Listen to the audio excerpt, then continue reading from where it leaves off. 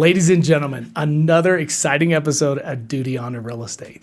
This time, it's an incredible guest, and I think every audience member would agree of how important this guest is. It's a doctor, Dr. Schloe. Thank you so much for coming on and giving us incredible knowledge. Now, let's get right into it.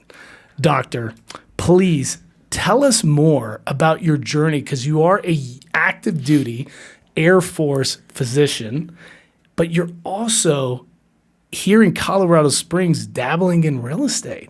Yeah. Tell us about how you got to beautiful Colorado Springs. Absolutely. Well, Brian, thanks for having me on the show. It's been great being friends with you over the years and getting to know you and see you guys grow this podcast as well as the real estate business. So thanks for having me on. My journey, well, it could be summed up quickly or as long as you want it to be, but always wanted to be a doctor. Grew up in Virginia in a small town. And went to undergrad at Christopher Newport University. And then I ended up going to the Medical College of Virginia in Richmond, Virginia. While I was in my last year of college, I applied for the HPSB program, which is the Health Promotion Scholarship Program for the Air Force. Always knew I wanted to be a military doc. Wasn't really sure what branch. My brother, identical twin brother, was in the Army, and he had some issues with the Army paying for his school loans. So he said, hey, don't do the Army. And so that led me to the Air Force. And I have a lot of family members who have served in the military before. So during college, I applied for that Health Promotion Scholarship Program, got accepted to the Medical College of Virginia. Ended up doing some training for the military before starting med school, commissioned officer training in Maxwell, Alabama, and then started med school in the Medical College of Virginia. Did my time there, 4 years of med school, learned all about medicine and all that fun stuff, and it was an incredible place to train in Richmond. A lot of trauma, a lot of gunshot wounds, a lot of great stories that we'll probably get into. And then always knew I wanted to do family medicine, so applied for residency at Eglin Air Force Base and Travis Air Force Base, so two opposite coasts, one in Florida, one in California, and then ended up going to Eglin, which was awesome. So did my residency program there, 3 years of family medicine. The tail end of that was all during COVID, which was interesting, to say the least. And then we ended up getting a phone call after our son was born that said, hey, would you rather go to Minot Air Force Base or Cannon Air Force Base? And if anyone listening to this is in the Air Force, they know those are the two worst bases in the continental United States. So I said to the lieutenant colonel I was talking to, I said, sir, honestly, neither, but if we have to, we'll go to North Dakota. And long story short, I don't know what happened. By the grace of God, somehow we got Colorado Springs, and I'm so lucky to be here. That's how we met.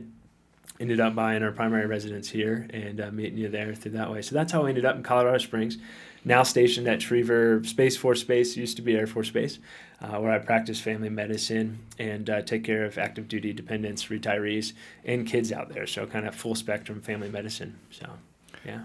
Well, thank God that you didn't join the Army, because one, we would never see you. Sure. I'd never get to meet you. So, and thank God that you came to Springs, because I think our city is so much in better hands with you. Definitely how you literally sacrifice every day. I mean, you're coming off work to take this podcast. Yeah. And I mean, I don't know if that doesn't demonstrate, I don't know what does. But so you have your first love, which is medical. Mm-hmm.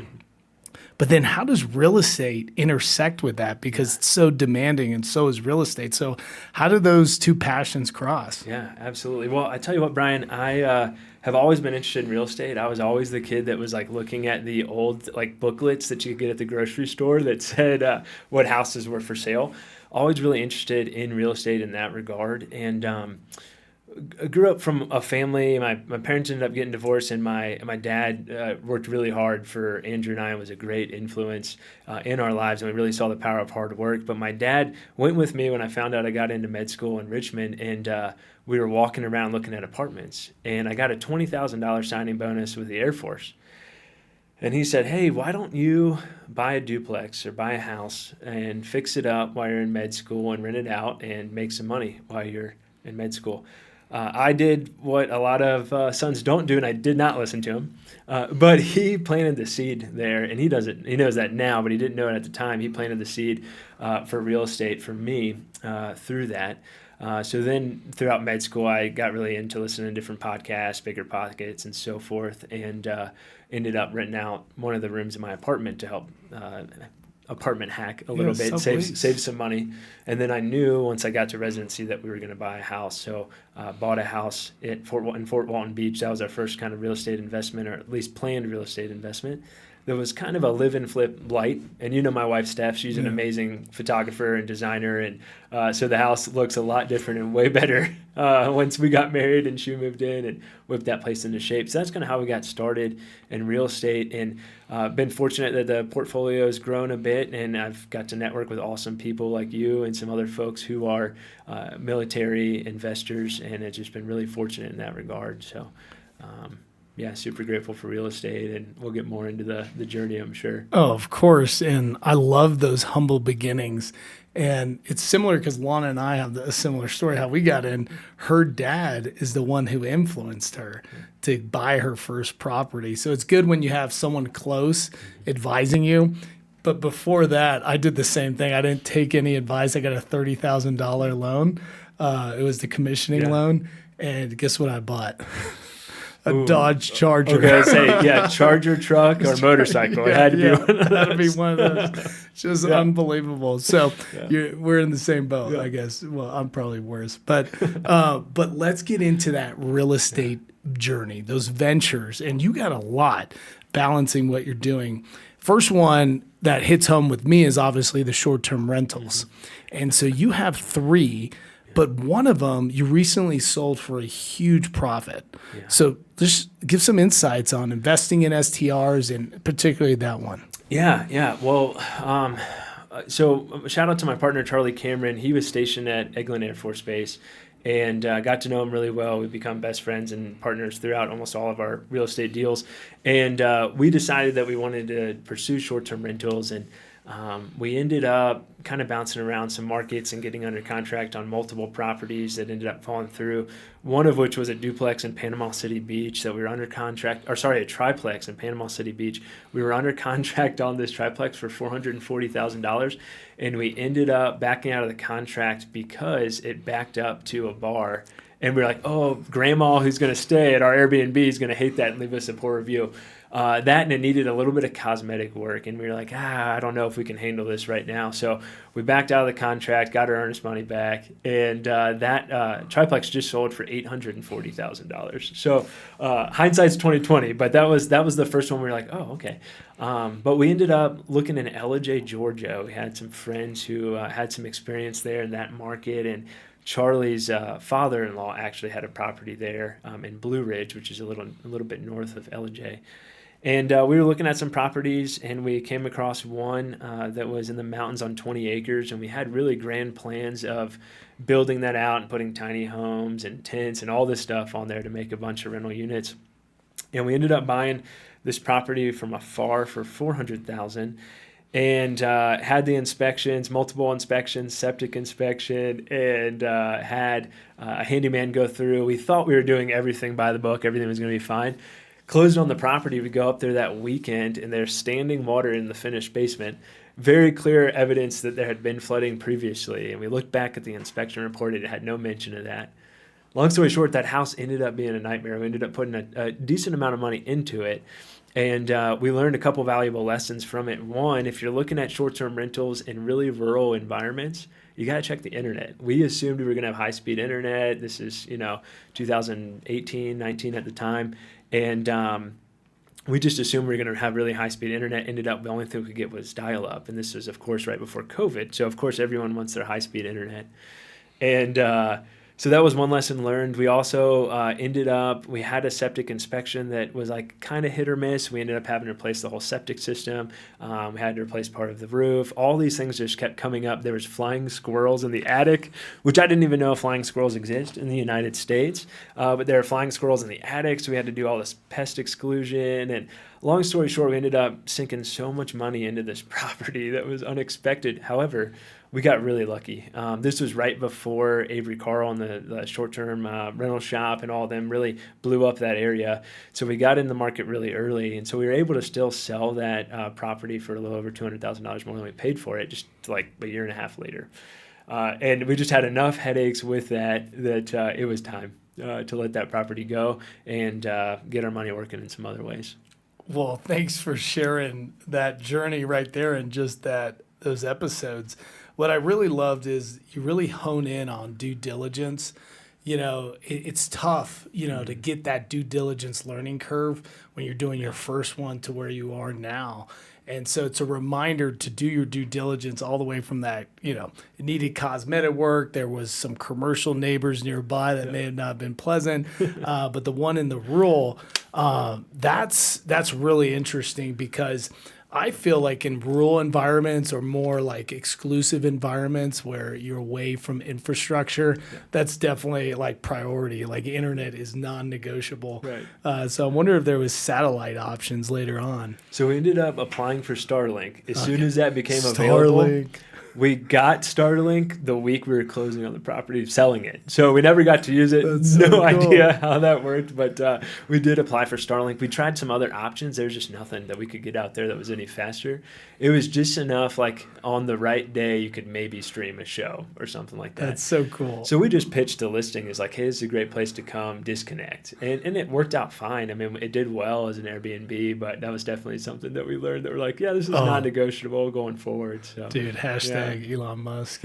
But flying squirrels, I mean, rural environments, more primitive areas. I mean, there's nature involved. Oh, yeah. And even though nature's an appeal for STRs, you got to understand there's other people that live there too. So that's cool, flying squirrels. But let's continue further because eventually the Lana Rodriguez group got involved in your story. And there was a very interesting one, geodesic dome, is that the word? Where you got the Instagrammable, like the poster child of Airbnbs. It's literally like this globe and it's in a rural environment. And I could only imagine the logistical hurdles. So what did you learn about managing distinct properties in unique spaces? I think that's what Airbnb is really looking for right now. I think if you really want to succeed in the Airbnb space or short-term rental space, you really have to have that really unique property. It's got to stand apart from the crowd. Everybody during COVID, was putting their cell phone pictures up of their house. And you're laughing, they were putting their cell phone pictures up. They were renting out whatever they could. And they were making some money during it. But now we've seen really how important it is to have that Instagrammable property, have that unique property that really sticks out. And Airbnb's actually posted the dome a couple of times on their Instagram, which has been really cool. But it's that property is just incredible. My partner Charlie and I, he's also a partner on that house, and we have another partner, Emily. And Charlie and I talk about it all the time. If we just had a couple more of those domes, we wouldn't need to work again. And the story of acquiring that, we're really grateful for you and making that happen was wild. I mean, my family was coming to visit. I was looking on Redfin, as always, and I came across this property. Show it to my wife, Stephanie, and she's like, we got to buy that. That's the perfect Airbnb. And I had realized that getting involved in short-term rentals and Airbnb was how I could get her on board for real estate investing, which having your spouse in your corner for investing in general, but also real estate investing is just such a pro. And she's amazing. I mean, I could talk about her for the rest of this podcast. And she's like, we have to have that. That's going to be the perfect Airbnb. So I reached out to you guys, and my brother was visiting. I was like, hey, what do you think about going to take a look at the dome? And so we woke up at, I think it was 4 or 4:30. That was the only showing that we could get was 7 o'clock there. Drove the 2.5 hours, got there, and there was a line of people around this dome just waiting. They had 15-minute showings, and every showing was booked from a Thursday to Monday, I think, if I remember correctly, or Thursday to Sunday. And we go see it.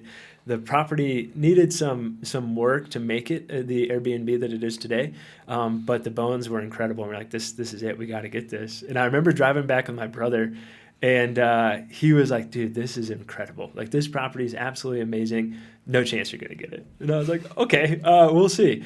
Then came Brian, and I remember we were sitting out the next day. We were actually in Old Colorado City, sitting at a cafe, and you called, and we talked about a couple options, and next thing you know, he called back and you're like, you got it. And I'm like, how the hell did that happen? So I still don't know what happened, what conversation you had, but we're certainly grateful for that. Because I think at the time they had like 19 or 20 offers on that property. And that was like the first or second day of showing. So it was crazy. Ended up working out really well. My wife and I spent many weekends and like little 4-day weekends going up there and doing a ton of painting and furnishing and designing, and got this really cool jukebox that could like just barely fit in her CRV, and put that up there, and got buried in the snow a couple times, and just had a blast getting this thing set up. And Jack, my son, he was about 10 months at the time, and so it was fun. We just bring him up there and strap him to us and be painting the walls and whatever else. And it was a true family affair. That property though it's just been incredible. I mean, we're booked nonstop, and it grossed over 100,000 its first year. It's just been great. Yeah. Like I said, we need some more domes. Congratulations. It's so cool because as a professional, seeing you succeed just like makes this vocation even more worthy. You bring up some great points, and I want the audience to really hone in to succeed in Airbnb, because it's really like just eye candy. And especially in a market where a lot of the Airbnbs are hurting because they didn't do a differentiation. Yeah. And you guys killed it right there. You saw it immediately. And that's another point, because if you really want to find a unicorn, you got to go and hunt. Yeah. And you're on your phone, yeah. You're looking, you're constantly searching, networking to find the next unicorn, and that's what you did. It's not going to happen if you're not intentionally looking. Another thing you bring up is, regardless, there is going to be a significant other with you in real estate, and you need to align each other in real estate and really leverage each other's strengths. And so it's perfect how you use Steph. I mean, she's really what creates that competitive advantage in regards to the eye candy aspect of how she designs and really puts a genuine touch to it. And then lastly, thanks for, witnessing like what we do for you, because like we understand how serious it is, because it adds to your portfolio, and we want to be part of that history. So it's so important to align yourself with team members. Yeah. So it's great to be a part of it. So this roller coaster doesn't end. You even take it to your house. Yeah.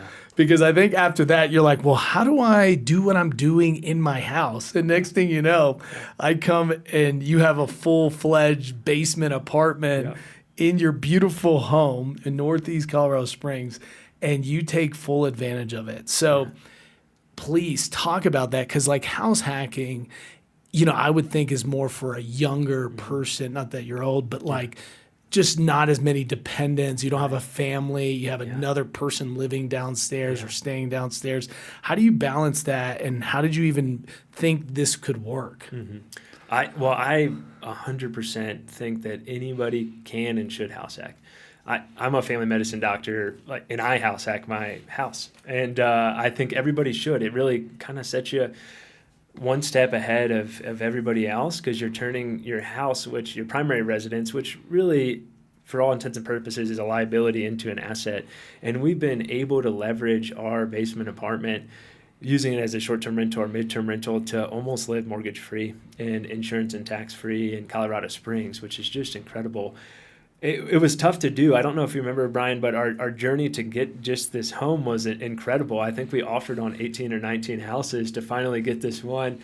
And they ended up listing it on the Denver MLS and not the Pikes Peak MLS. And so we had a lot less competition because the house was here in Colorado Springs. Anyways, again, you guys going above and beyond, so thank you. And we got it closed, but we knew we wanted to. We were really looking for a walkout basement, but beggars couldn't be choosers in that market at all. And so we decided that we were going to build a walkout basement for this, so we could have a separate entrance and turn this into an apartment, basically, with a private entrance. So we ended up hiring a contractor who came out and did the work and dug out the basement. So we had that private entrance, and then we put that on Airbnb and rented that out. I think all in, we probably paid about $18,000 for the walkout, and some landscaping work was a little bit more on top of that, and some furnishing. So probably all in about $20,000, and we grossed $21,500 in the first 11 months that property was listed. which was pretty incredible. And so it's been great. It's really allowed us to save a lot of money. It's allowed us to meet some awesome people who have come to stay there.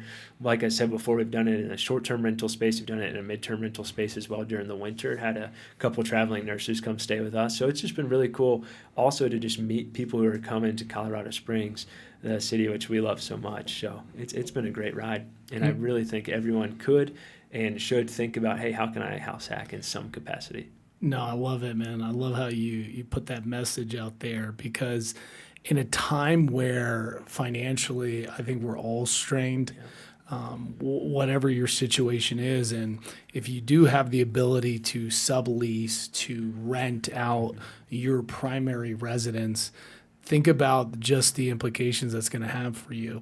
Reduce your debt, help your debt to income ratio.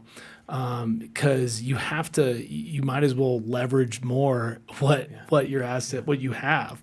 Love how you bring in that it's not just short-term rental, because the regulations in different cities have changed and they change all the time. But I would say most likely there's always going to be an owner-occupied, permit, if you will, in some cities. And so most likely you can rent out your own property on short-term rental. But you also bring up Furnish Finder. Yeah.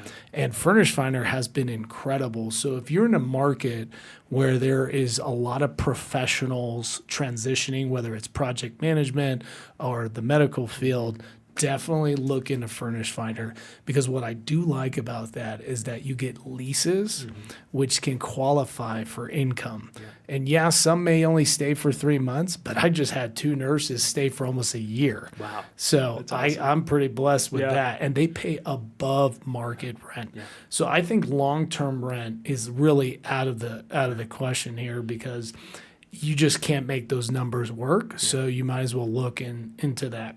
Another thing you talk about is repositioning a property.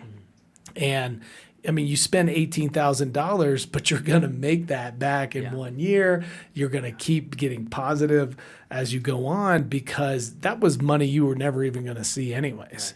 So what I would tell the audience is that that's a quick way to add value to your own properties, a quick way to get into real estate investing. And then instead of spending money for, let's say, a better property, a more user-friendly property, why don't you go to something a little bit subpar, maybe not what you want, but if you add value, it could increase the value. You can have more leverage for it and more opportunities. So that's a great reminder and a great barriers of entry to start in your own property. Yeah, if I can, I think another thing, speaking of leverage, that I forgot to mention that it's important to our story and to folks listening as well. Of course, everybody knows about the VA loan, no money down. You can get up to 4 units through that. So you can get a 4-plex for no money down, live in 1 unit, rent out the other 3. It's incredible. I mean, if I could turn back time, I would absolutely have done that. There was not a lot of small multifamily properties in Fort Walton Beach when we were moving there, or else I would have done that. But that's an incredible opportunity. The other thing for physicians that are listening to this is there's a no money down physician loan. So I'm super lucky because I can tap into both of these, right? And so we bought this house that we're house hacking our primary residence for no money down with a physician loan, which we could go back and forth on what's better, VA loan or physician loan, but the physician loan has no funding fee.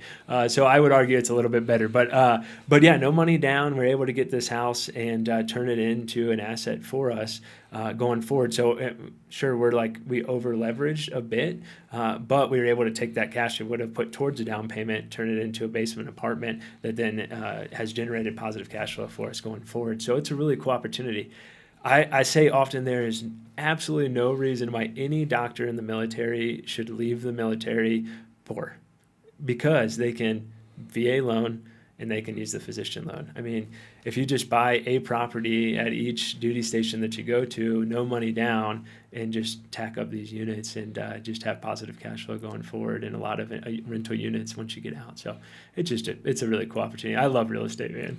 Yeah. No, I love hearing that passion, especially passion for your niche, which is the physicians. And there's no excuse, because you're talking about purchasing power. Mm-hmm. You're a military physician. That means you have the VA loan, then you have the doctor's loan, And then I think the Navy Fed has a private VA loan. Oh, It's wow. very similar to the VA loan itself. So if you occupied, so if it's obviously used already and you don't have enough entitlement or whatever, you definitely could consider Navy Fed. So again, there's 3 houses there for nothing. It's unbelievable. My first house that I bought in Florida, I paid $58 out of pocket because there was some like title fee that they couldn't cover. $58, that house is appreciated almost $200,000 in its cash flow and $1,000 a month. I mean, it's just incredible. Yeah. No, people don't understand the power of appreciation. Yeah. It takes time, but when it comes, Yeah. it comes. It's incredible. So obviously, I could feel your passion for the physicians, but I imagine your role as a physician really led to your next endeavor, which is residential assisted living. Mm-hmm. Because obviously you help families, you help people get better. What inspired you to really move into that? Because it's, from my understanding, it's pretty management intensive. I think we tried it here in Colorado, and the rules just aren't user friendly. Yeah, we did. We tried to buy a property here. The hardest part's finding an operator. And residential assisted living, for folks who aren't familiar, you know, we all kind of think nursing home, and that's similar. Residential assisted living is you converted a house into an assisted living home. So typically these are ranch level homes, numerous bedrooms, and it's often private pay, but sometimes you can have some Medicaid and different insurances that will pay for the residents to be in these homes. There's a wide spectrum of assisted living. You have like the nursing care homes, so kind of elderly care. You have behavioral homes for like kids with autism, Down syndrome, etc. You have transitional living homes, which is more sober living, folks who are struggling with drug abuse. There's ventilator homes. There's a lot of different asset classes within the broader residential assisted living. And so it's really cool to have those different, investment opportunities. We got involved in residential assisted living because I'm in part of a mastermind, and Charlie and I are in there, and then Luke, who is our other partner for these assisted living homes. There's the 3 of us. He started investing in residential assisted living, and he came to one of our calls. We have weekly calls on Tuesday nights, and part of it's the hot seat. And he came and he's like, "Hey guys, I want to tell you about assisted living." So he was telling us about it, and how we do it is we lease the property out to an operator. And I'll talk a little bit more about the difference with that, but it's less management. And Luke was like, "Hey guys, I think I'm going to buy a residential assisted living home, lease it out to an operator." And he was telling us the numbers, and I mean, this house was going to cash flow like crazy. And it was on a commercial lease, and so we're like, "Man, this sounds too good to be true. Keep us posted." And so every Tuesday we were hopping on calls, and Luke was telling us about this. And so him and I became good friends, and him and I went and we bought a property, and then we brought Charlie in to buy 2 more at this point, and hopefully more soon in the future. And, that doesn't really answer your question at all, but that was the introduction to it. And then we, for us in our company, Open Range Capital, we just want to provide these A-class homes for folks. I think about my grandparents who are getting older and are going to need one of these homes in these facilities in the future. And so we have the opportunity to provide these really nice A-class solid homes for folks' parents to come stay. And so we really enjoy it. We really enjoy the asset class. Not to mention the incredible need for these homes. We're already about 1 million beds short in a residential assisted living space, 1 million. And we haven't even hit the baby boomers who are coming into these homes yet. So it's an unbelievable opportunity. I mean, anytime I mention it, I just get tons of people who are asking questions and reaching out about it, because I think that there's a really great opportunity for this space. Going back to the management piece, there's kind of 2 ways that you can own an assisted living home. One would be you own the real estate, you own the operations. And so that would be you own the operation, so you're in charge of managing the property, hiring the caregivers, hiring folks to take care of the residents, providing meals, all the day-to-day care that's needed for the residents of these homes. The other way we do it is we own the real estate, then we lease it out to an operator. That's a commercial lease. And so they're responsible for all the maintenance, all the utilities. They're responsible for all the care of the caregivers. They're really responsible for everything day to day. We're responsible for the mortgage and for the taxes. And that's it. So it's really awesome. And these are typically 3 to 5 year leases with 3% annual increase is what we have written into the leases. And it's been really incredible because once you find a good operator, which is certainly the hardest part, once you find a good operator and you get them in and you get the home established and set up, it can be fairly passive. And the cash flow is fantastic. I mean, for example, we just closed on our first home that we raised money for, which that was a terrifying and fun experience. Thank you. We raised $200,000 towards this home, and it was wild. You know, we've never done that before, and the fear of that was definitely something we could talk about. But we did it. It was awesome. We raised money so quickly. It was unbelievable. We couldn't believe that could happen. And so then it was just crazy to see how you can leverage other people's money to buy more real estate and provide great returns and great assets and great homes for residents. But the last one we bought, it was $975,000 in Arizona. It's 8 beds, 5 baths, I believe, if I'm remembering correctly, and is already operating as assisted living. But the new operator was going to come in and pivot that to memory care. And so a memory care home is for folks who have dementia. Typically, that's the most common patient, or folks who've had traumatic brain injuries and they need a little bit more care than your typical assisted living home. And so we bought that for $975,000. We signed a lease for $11,000 a month on a 3% annual increase. And again, they're paying for everything. So, we're responsible for mortgage, taxes, insurance. We're paying our investors 10%, and we're still cash flowing $800-ish a month per partner. So $2,400, $2,500 on this property. Yeah. So it's pretty cool, man. We love it. I mean, it's the cash flow of Airbnb with more passivity from the way we have it set up once you get everything established. So it's all about networking, just like everything else, to find good operators, to find good realtors. But, oh man, it's fun and a great space. Wow. I hope everyone, wrote down their master class of how to get into assisted living. You bring up so many things, and what I love about this podcast is really emphasizing these golden nuggets that these guests talk about. And one of the things I love is that you're finding a niche that almost aligns with your other passion. Yeah.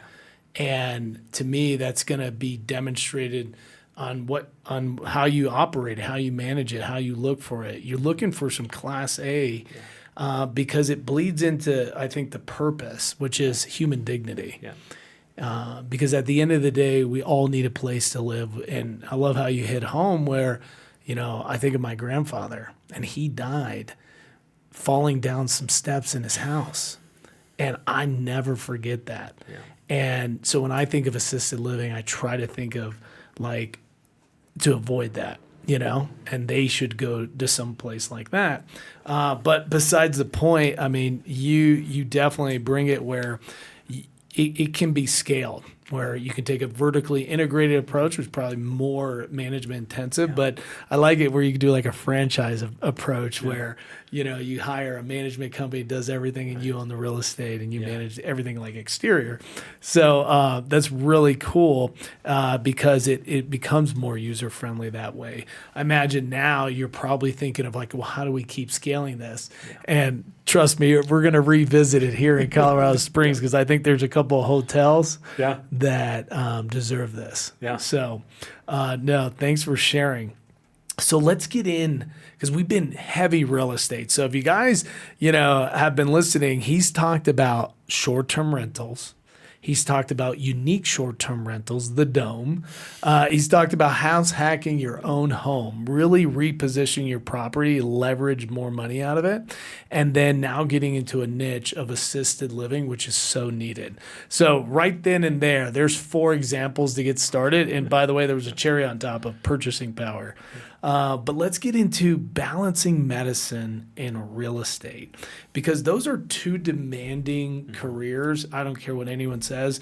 You're dealing with people from whatever your day starts, and then you come home and there's real estate waiting for you. Yeah. And so how do you balance that? How do you help other physicians, other medical professionals take that leap? Mm-hmm. Yeah, there's a lot there. I do work a very demanding job, a lot of people, and a lot of discussion, but a lot of joy that comes out of it, and getting to take care of the military population, the folks that I get to. So grateful for that. the balancing's difficult. I found for me, I'm definitely a routine person, and so having a morning routine is really helpful. Typically, I'll wake up at 5, get up, go to the gym, work out for a bit. The gym's right across the street from the clinic, so I'll sit in the car, read my Bible a bit, and journal, and kind of write down some dreams, some goals, some visions, and then I'll go to work. And when I'm at work, I try and be just at work. I get home, and my family, honestly, is my top priority by far. And I've already talked about how incredible my wife is. My son is just as incredible, and I want to spend as much time with him as possible. I want to be a present dad. I want him to remember all the times that I've spent with him. And so when I get home, I just take my phone, put it on the counter. It's just me and Jack spending time together until he goes to bed. And when I'm home, I'm the one that puts him to bed every night. And I really cherish that time and block that time. My wife and I, we try and connect every night as well, so we at least try and get some time to catch up and just spend some one-on-one time talking and learning from each other, which is great. And then real estate comes after that. So it typically ends up being some later nights with real estate, but just have to find that time and make it a priority, but also realize the whole reason I do this is for more time with my family. And it's ultimately also to practice medicine how I want to. And that ties in perfectly to kind of what I've started in a community called Physicians and Properties. And our goal really is to just show physicians how investing in real estate can give you the freedom to practice medicine and live life how you want to. And, medicine is a tough field to be in right now. There's a lot of physician burnout. There's a lot of anxiety, depression, mental health issues throughout the nation, but that also has hit the medical field really hard. I mean, especially during the pandemic when, there was a lot of uncertainty with what was going on, and then a lot of increased demands on the medical field. And then we just went right back to work just every day like everyone else, when everyone else was staying home and so forth. So it was difficult. And burnout's a real thing in medicine, and I think that real estate is a way to combat that. And I think that passive income or semi-passive income, because if anybody says that there's truly passive income in real estate, that's not true. It's definitely degrees of passivity, but passive income through real estate or income through real estate can help you have that freedom to practice medicine how you want to. And so Physician Properties has been really cool, getting to network with physicians, getting to teach them about real estate, talk to them about real estate, and show them these opportunities that exist. And as we talked about today, there's a lot of different ways to invest in real estate, and that can look really different for anyone.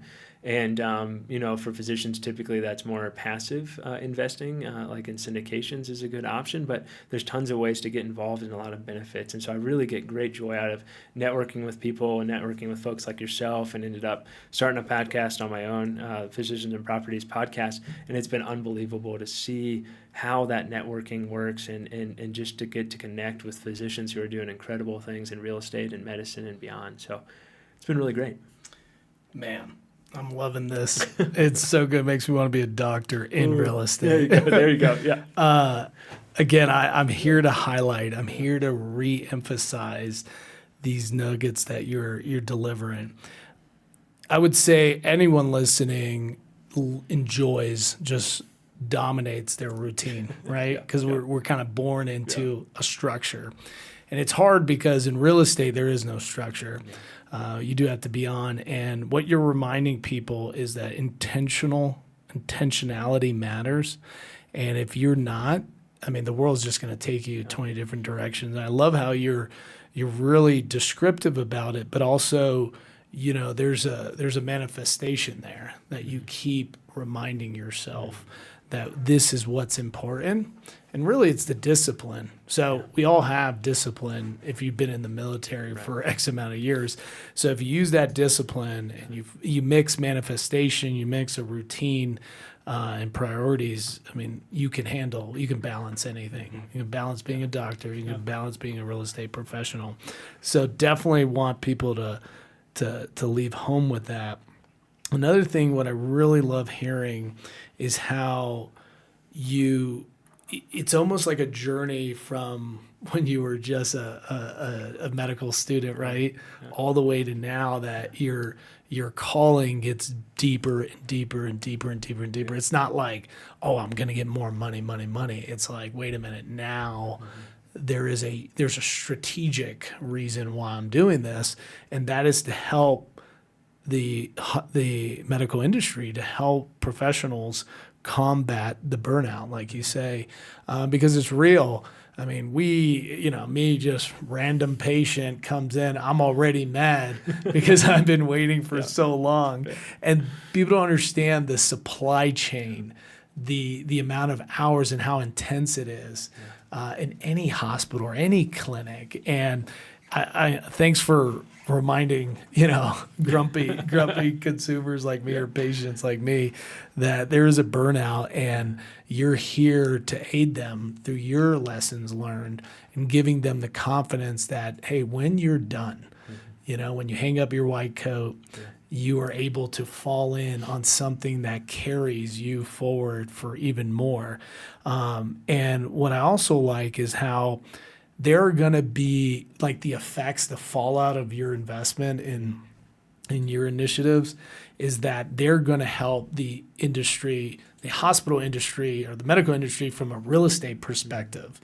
I mean, when I hear you talk, I think of like Patch Adams. Remember, like Robin Williams? Yep. Like there's going to be doctors out there, medical professionals that take their knowledge of real estate and add value and help people. It reminds me of one of our clients, charter school developer, Third Future Schools, just let people know, Third Future. And they do an incredible job leveraging public-private partnerships and providing education in that void between public and private. And I see the effects that are going to happen already with what you're doing. You are going to help people not only get financial freedom, but really make their space a better space. So, no, kudos to you, and really excited about that. Thanks, Brian. Really appreciate it. Yeah, I think that passive income, or I keep saying passive income, I really shouldn't. Income from real estate is going to give doctors the opportunity to provide better care to their patients. I really think it's true.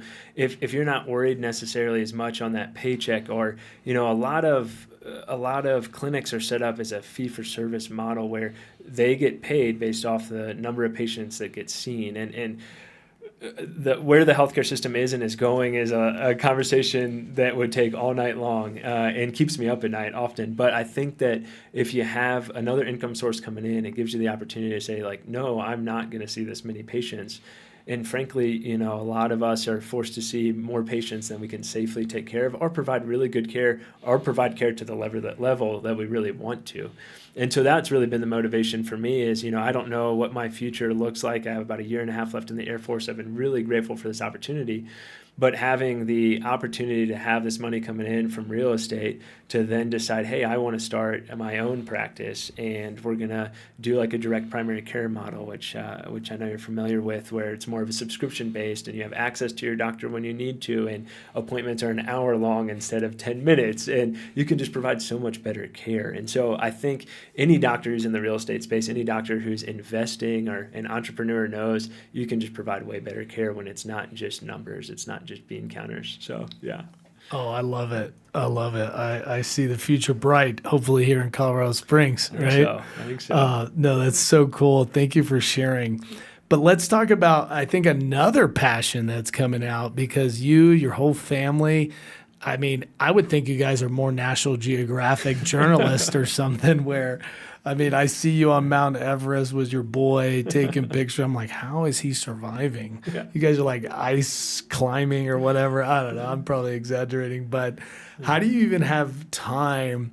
You're balancing your medical career, the real estate, your wife's career, and then you're like, hey, let's go camping, but you do it pretty routinely. Yeah. Yeah, like I said before, family is priority. And everybody who's known me knows that I'm a very frugal person, pretty cheap person. And I tell you what, a couple of things that have really just changed my mindset was a friend of mine, Brian Lubin. He talked about what's called the 10-year rule. And basically what it is if there's something that you want to buy, or an experience that you want to do, and you have the funds to do it, and you're going to be telling stories about that 10 years down the road, then do it. And for us, that was buying a camper. We always wanted to buy a camper, and we talked about all these camping adventures that we wanted to have. And so this past winter, we pulled the trigger on a camper. My wife, again, incredible designer, renovated it. It looks amazing. I thought we were going to buy like a pretty crappy, cheap camper. This place is, I mean, it's just incredible. It looks so good.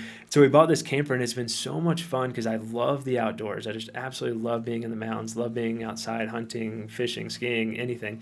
I just love being outside. And it's been so much fun to have that camper, to get that time with my family without the cell service, and just be disconnected from the world and just have time with them.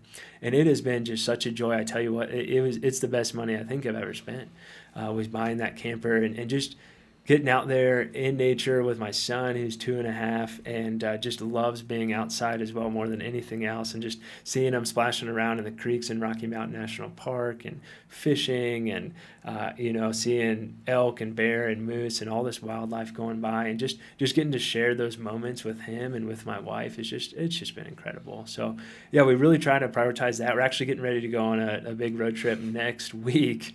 It's just priorities. And we're going to do a trip through Utah and Arizona and hit the national parks in Nevada, go to Zion. And we're really looking forward to that, as long as the government doesn't shut down, because then they'll close the national parks. But just love it. Just love getting to spend that time with them. And I think that, if someone hears on the fence and they hear that, hopefully it motivates you to think about, like, hey, what are your priorities, and how can you take some of the financial resources that you have and leverage that for incredible experiences. So it's been awesome. No, I love it. I mean, you keep reminding people intentionality matters, and you put in family at the forefront, and we all put family at the forefront, but you definitely emphasize that is the priority. Absolutely. And I love how I think you're really reminding people that you do have to make an income. And sometimes money's taboo or whatever the case is, but Lana and I always talk about money buys experiences. And you really want to focus on why you are generating income, whether it's active or passive, right? And it's leading you to that experiential life. Right. And that's so refreshing to hear, because it's like, are we working to live, or are we living to work? And so really excited that you brought that up. So what's your favorite outdoor activity? Ooh, that's tough. I think I'd have to say skiing. I actually just got into skiing the first winter after we were here, so I've only been doing it for 2 seasons. And luckily, my wife is a pretty good skier, so she taught me, and my partner Charlie, we do a real estate trip, ski trip every year, and he taught me a lot as well. So I was hitting some black diamonds last year, second ski season, which was really fun and a bit terrifying. But yeah, I just love skiing. I think part of it too is that just really gets you away from everything else and just lets you focus on nature around, and not to mention a little bit of adrenaline rush. So it's good. Yeah. I think skiing would be up there for sure. Please take care of yourself. I know. Yeah. Need you back. So before we end, I really want you to leave something with the audience, because we talked about real estate ventures, balancing medicine and real estate, community building, your outdoor adventures. But, what do you want to leave the crowd? Because I think what was interesting is you talked about fear. I could imagine that's going through a lot. Sure. Do you want to leave something with the audience? Yeah, no, you actually hit it too. Fear is, and it ties into just getting started, and I think that's the biggest thing, the biggest hurdle that has to be overcome is the fear, and I think about folks who are really worried about investing in real estate, and including myself when I was first getting started. Worst thing that happens, you lose a little bit of money, or you go back and ask for your old job back. If you quit your job to get all into real estate, worst comes to worst, you just go ask for your job back. And so I think really just getting started is the most important thing. And a component of that is networking and surrounding yourself with people who are going to pull you up the mountain with them and make you better every day. And if you do those 2 things, it's just amazing what you can accomplish in a short period of time. Boom. Yeah. That is incredible. Thank you so much, Doctor, for your time, your nuggets, your passion. I'm so excited for what the future holds for you. the impacts you're going to make in Colorado Springs and the experiences you're going to have with your family. Thanks, So man. thank you. Yeah, appreciate Yeah, no everything doubt, you've done for no me doubt. too. Yeah, thank you.